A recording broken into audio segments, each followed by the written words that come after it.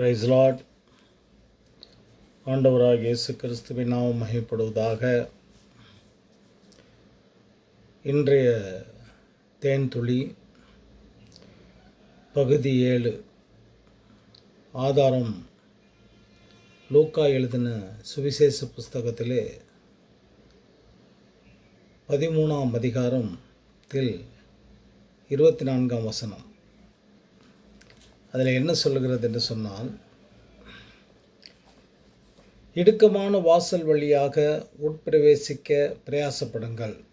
அநேகர் உட்பிரவேசிக்க வகை தேடினாலும் அவர்களாலே கூடாமற் போகும் என்று உங்களுக்கு சொல்லுகிறேன் என்று சொல்லியிருக்கார்.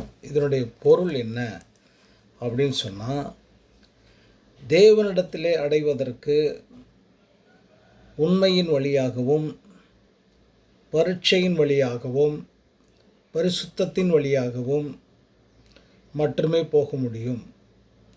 அதற்காக நாம் பிரயாசப்பட வேண்டும்.